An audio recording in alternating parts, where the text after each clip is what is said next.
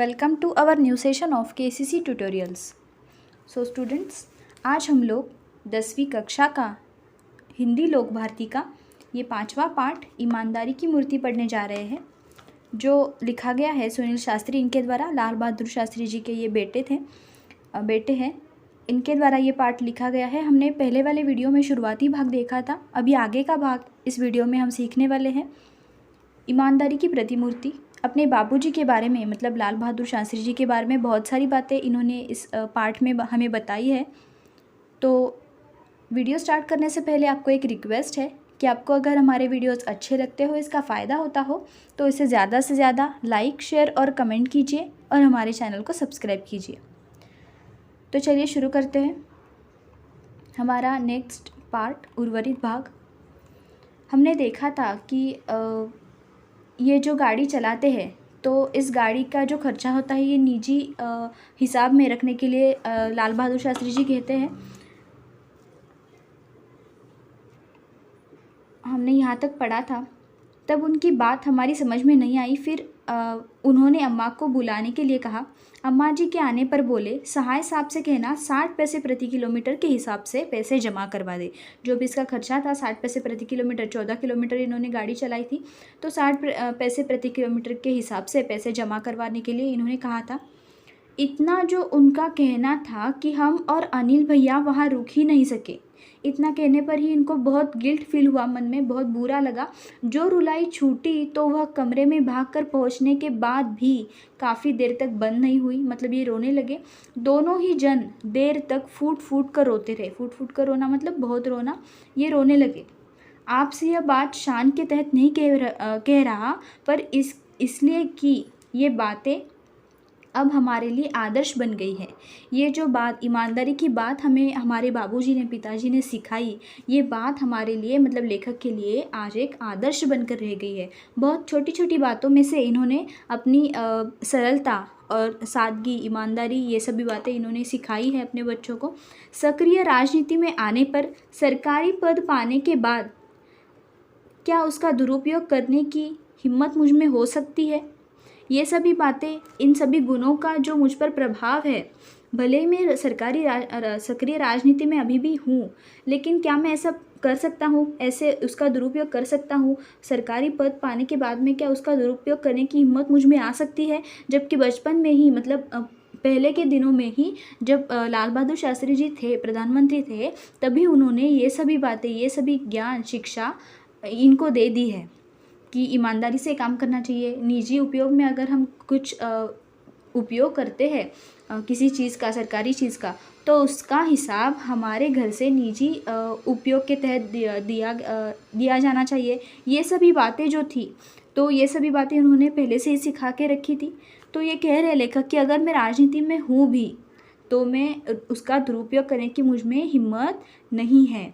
आप ही सोचिए, मेरे बच्चे कहते हैं कि पापा आप हमें साइकिल से भेजते हैं, पानी बरसने पर रिक्शे से स्कूल भेजते हैं, पर कितने ही दूसरे लोगों के लड़के सरकारी गाड़ी से आते हैं।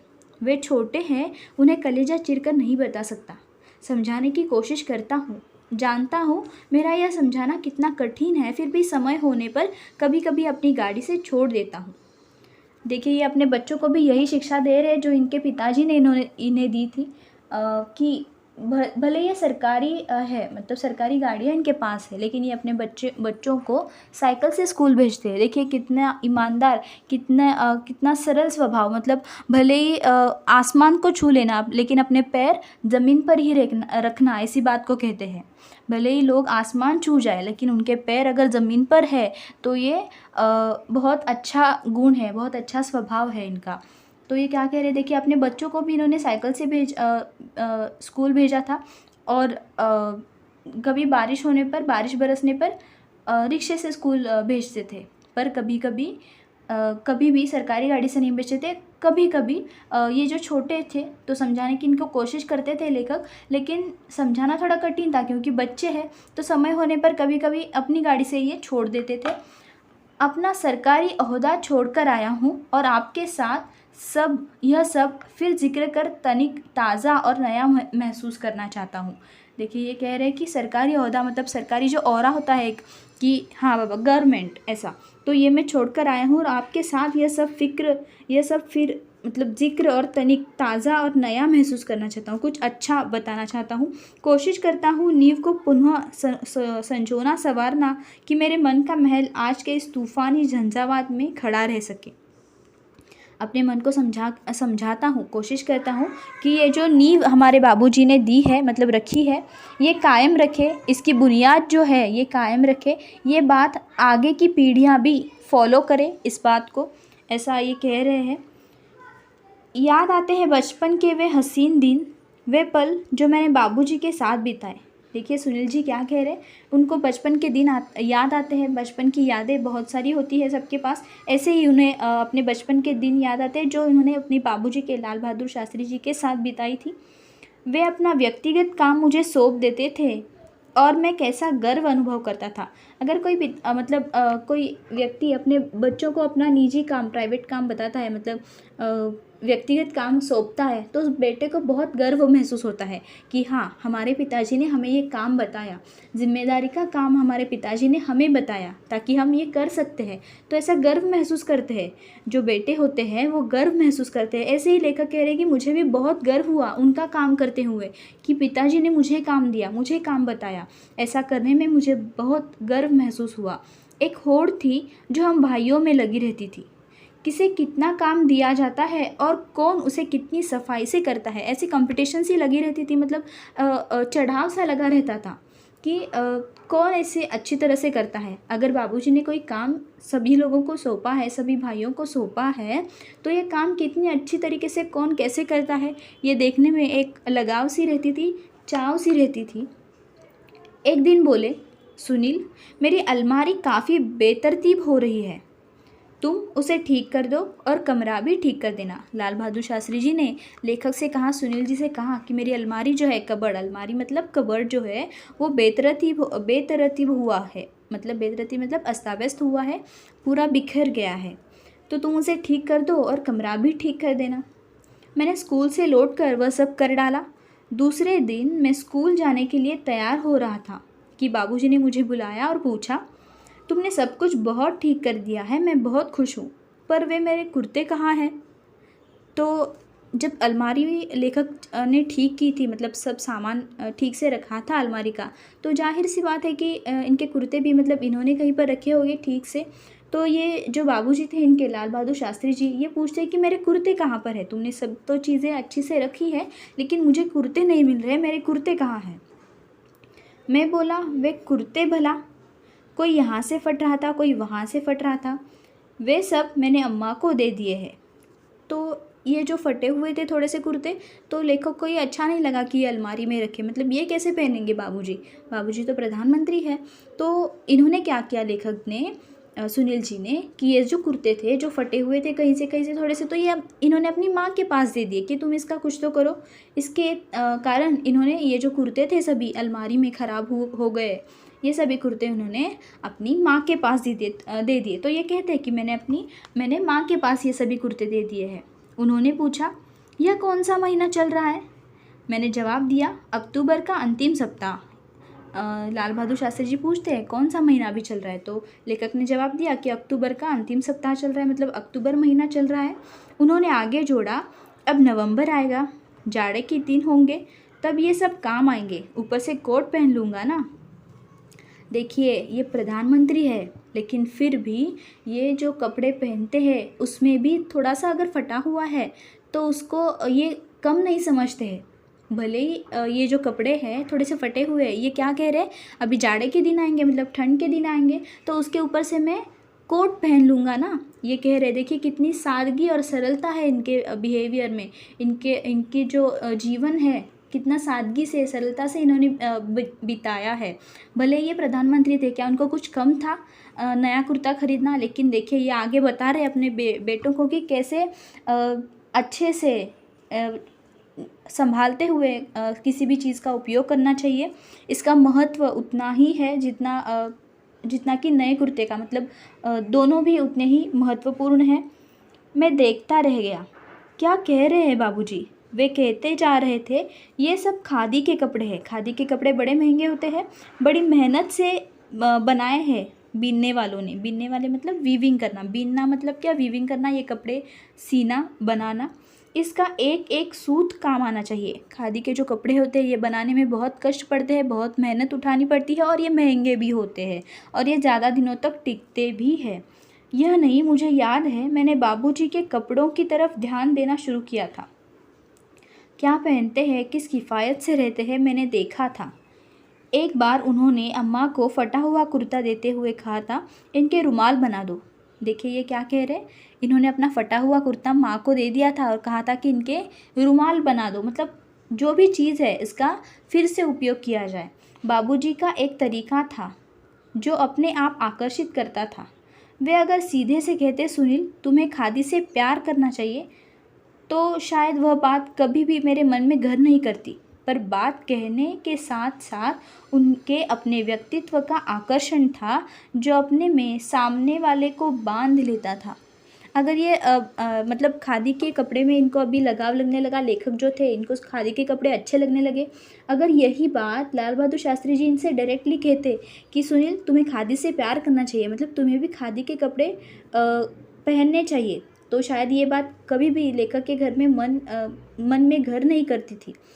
लेखक कह रहे कि शायद ये बात कभी भी मेरे मन में घर नहीं करती, पर बात कहने के साथ साथ उनके अपने व्यक्तित्व का आकर्षण था कि वे कैसे कपड़े पहनते हैं, कैसे रखते हैं, किस किफ़ायत से ये कपड़े पहनते हैं, ये सब मैंने ऑब्ज़र्व किया था, देखा था। तो इसकी वजह से लेखक के मन में भी ये कपड़े पहनने का चाव आ गया, मतलब चाहने लगे, ये भी कपड़ा पहनना चाहते थे, ऐसे ही कपड़े पहनने चाहते थे। वह स्वतः उन पर अपना सब कुछ निछावर करने पर उतारू हो जाता था। जो भी इंसान इनको देखता था इनका व्यक्तित्व ही ऐसा था, लाल बहादुर शास्त्री जी का व्यक्तित्व ही ऐसा था कि कोई भी इनकी तरफ आकर्षित हो सकता था, मतलब इनके विचारों पर, इनके विचार ही ऐसे थे, इनकी वर्तणूक जो भी इनका जीवन था ये बहुत इनकी रहन सहन ऐसी थी कि सादगी और सरलता लेकिन उच्च विचार, तो इसी के कारण इनका व्यक्तित्व आकर्षित था। उन पर अपना सब कुछ निछावर करने के लिए उतारू हो जाता था जो भी इंसान इनको देखता। अम्मा बताती है, अभी अपनी माँ क्या बताती है देखिए, लाल बहादुर शास्त्री जी के बारे में ये बता रही है। इनकी माँ, लेखक की माँ मतलब इनकी पत्नी, लाल बहादुर शास्त्री जी की पत्नी क्या कह रही है देखिए, हमारी शादी में चढ़ावे के नाम पर सिर्फ 5 ग्राम सोने के गहने आए थे। अभी ये सभी बातें माँ कह रही है, लेखक की माँ कह रही है। ये क्या कहती है कि हमारी शादी में चढ़ावे के नाम पर सिर्फ 5 ग्राम सोने के गहने आए थे, लेकिन जब हम विदा होकर रामनगर आए तो वहाँ उन्हें मुंह दिखाई में गहने मिले। उनकी माँ को वहाँ पर मुंह दिखाई की रस्म जो होती है इसमें गहने मिले। सभी नाते रिश्ते वालों ने कुछ ना कुछ दिया था, गिफ्ट के तौर पर, भेंट के तौर पर सभी ने कुछ ना कुछ दिया था। जिन दिनों हम लोग बहादुरगंज के मकान में आए उन्हीं दिनों तुम्हारे बाबूजी के चाचा जी को कोई घाटा लगा था। किसी तरह से बाकी का रुपया देने की जिम्मेदारी हम पर आ पड़ी। बात क्या थी उसकी ठीक से जानकारी लेने की ज़रूरत हमने नहीं सोची और न ही इसके बारे में कभी कुछ पूछताछ की। तो देखिए ये जो माँ है इनकी, ये कह रही कि उनके शादी में चढ़ावे के नाम पर सिर्फ 5 ग्राम सोने के गहने आए थे, लेकिन जब रामनगर ये आए थे तो इनको वहाँ पर मुंह दिखाई में बहुत सारे गहने मिले थे। रिश्ते वालों ने गिफ्ट के तौर पर इन्हें दे दिए थे। लेकिन जब ये बहादुरगंज में आते हैं मकान में रहने के लिए, तो इनके बाबूजी के जो चाचा जी थे इनको कुछ घाटा हुआ था, तो किसी के कारण ये जो पैसे थे पैसे अदा करने थे, इसकी जिम्मेदारी इन पर आ पड़ी थी, लाल बहादुर शास्त्री जी और उनकी पत्नी पर आ पड़ी थी। तो बात क्या थी उसकी ठीक जानकारी लेने की ज़रूरत इन्होंने नहीं सोची और इसके बारे में कभी कुछ पूछताछ भी नहीं की, मतलब ये पैसे उन्होंने वहाँ पर लगवा दिए। एक दिन तुम्हारे बाबूजी ने दुनिया की मुसीबतों और मनुष्य की मजबूरियों को समझाते हुए जब हमसे गहनों की मांग की तो क्षण भर के लिए हमें कुछ वैसा लगा और गहने देने में तनिक हिचकिचाहट महसूस हुई। देखिए ये क्या कह रही है, दुनिया की मुसीबत और मनुष्य की मजबूरियाँ। दुनिया की मुसीबत मतलब जो प्रॉब्लम्स है और मनुष्य की जो मजबूरियाँ हैं इन्हें हल करने के लिए जब लाल बहादुर शास्त्री जी ने अपनी पत्नी से गहनों की मांग की, मतलब समाज कार्य करने के लिए, अपना कर्तव्य पूरा करने के लिए कुछ तो समाज कार्य उनको करना था, तो इसके कारण इन्होंने गहनों की मांग की। तो इनके मन में थोड़ी हिचकिचाहट उत्पन्न हुई, गहने देने में तनिक हिचकिचाहट उत्पन्न हुई। उनके खुद के जो गहने थे तो मन में थोड़ा सा हिचकिचाहट उनको महसूस हुई, पर यह सोचा कि उनकी प्रसन्नता में ही हमारी खुशी है, हमने गहने दे दिए। देखिए इनकी माँ क्या कह रही है, सुनील जी की माँ मतलब लाल बहादुर शास्त्री जी की पत्नी क्या कह रही है कि मन में थोड़ी सी हिचकिचाहट हुई भला, लेकिन हमने ये गहने दे दिए क्योंकि उनकी प्रसन्नता ही मेरी प्रसन्नता थी। केवल टीका, नथुनी, बिछिया रख लिए थे, ये सभी गहने सिर्फ उन्होंने रख लिए थे क्योंकि ये सौभाग्य के अलंकार है, वे हमारे सुहाग वाले गहने थे। उस दिन तो उन्होंने कुछ ही नहीं कहा, पर दूसरे दिन वे अपनी पीड़ा न रोक सकी, कहने लगे, तुम जब मिर्ज़ापुर जाओगी और लोग गहनों के संबंध में पूछेंगे तो क्या कहोगी। जब लाल बहादुर शास्त्री जी ने गहने लिए थे तो उस दिन उनको कुछ लगा नहीं, मतलब इन्होंने उतना कुछ सोचा नहीं, लेकिन जब दूसरे दिन तो इनको देखा तो इनको बहुत पीड़ा महसूस हुई, मतलब उनको थोड़ा सा दुख होने लगा। तो अपनी पत्नी से ये पूछते हैं लाल बहादुर शास्त्री जी कि तुम जब मिर्ज़ापुर जाओगी तो लोग तुम्हारे गहनों के बारे में पूछेंगे तो तुम क्या कहोगी, लोगों से तुम क्या कहोगी। तो मैंने मुस्कुरा कर, देखिए ये माँ ये क्या कह रही है इनकी, हम मुस्कुराई और कहा, उसके लिए आप चिंता न करें, हमने बहाना सोच लिया है, हम कह देंगी कि गांधी जी के कहने के अनुसार हमने गहने पहनने छोड़ दिए हैं, इस पर कोई शंका भी नहीं करेगा। देखिए कितना अच्छा बहाना ये कहती है। लाल बहादुर शास्त्री जी की पत्नी क्या कहती है कि मैं ऐसा जवाब दूंगी कि महात्मा गांधी जी के कहने पर मैंने गहने पहनना छोड़ दिया है, ऐसा मैं कह दूंगी, इस बात की चिंता आप ना करें। तुम्हारे बाबूजी तनिक देर चुप रहे, फिर बोले, तुम्हें यहाँ बहुत तकलीफ़ है, इसे मैं अच्छी तरह समझता हूँ। तुम्हारा विवाह बहुत अच्छे सुखी परिवार में हो सकता था, लेकिन अब जैसा है वैसा है। तुम्हें आराम देना तो दूर रहा, तुम्हारे बदन के भी सारे गहने उतरवा लिए। इनको बहुत बुरा लगा था, मतलब लाल बहादुर शास्त्री जी को, जब इन्होंने अपनी पत्नी से गहने लिए, लेकिन समाज कार्य करने के लिए ही उन्होंने ये गहने लिए थे। तो ये अपनी पत्नी से कहते हैं कि तुम्हें यहाँ बहुत तकलीफ़ होती है, इसे मैं अच्छी तरह समझता हूँ, मैं ये सभी बातें जानता हूँ, समझता हूँ, लेकिन अभी विवाह तुम हुआ है तो क्या, तुम्हारा विवाह अच्छे और सुखी परिवार में हो सकता था, लेकिन अभी हमारा विवाह हुआ है तो जो है वैसा है।